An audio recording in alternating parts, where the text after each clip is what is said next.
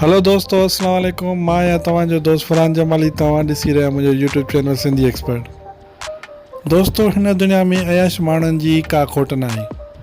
हर हंधि तव्हांखे घणा अयाश माण्हू मिलंदा।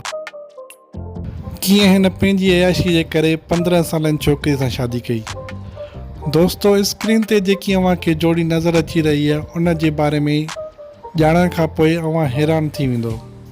हीअ पाण में ज़ाल मुड़ुसु आहिनि। हिननि जी शादी कुझु ॾींहं पहिरियां थी आहे। घोट जी उमिरि 90 साल जॾहिं त छोकिरी जी उमिरि 15 साल आहे ऐं हीअ जोड़ो बांग्लादेश जो आहे। 90 सालनि पोड़े जो नालो शोका कुमार ऐं छोकिरी जो नालो राणी आहे। शोका पहिरीं ई 4 शादियूं करे चुको आहे, लेकिन हिन जे दिलि में नई शादी करण जी ख़्वाहिश आहे। हिन पंहिंजी शादी 15 सालनि छोकिरी सां छो कई? तव्हां बि सोचींदा हूंदो हिन छोकिरी 90 सालनि जे पोड़े सां शादी छो कई। मां तव्हांखे ॿुधाईंदुमि उन जी असुल वजह सिर्फ़ु दौलत आहे। छो जो 90 सालनि शोका अरबनि रुपयनि जी प्रॉपर्टी ऐं बैंक बैलेंस आहे।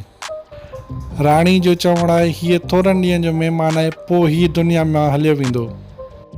90 सालनि जे शोका वटि दुनिया जे हर मुल्क जो वीज़ा आहे ऐं दुनिया जे हर मुल्क में प्रॉपर्टी अथसि। अमेरिका ऐं बर्तानिया में हिननि जा केतिरा ई कारोबार आहिनि। इहा ई वजह आहे 15 सालनि जी 90 सालनि जे पोड़े सां शादी करण ते राज़ी थी वई। तव्हांजे मुताबिक़ हिन पोड़े सां शादी छो कई हूंदी? कमेंट करे लाज़मी ॿुधाइजो।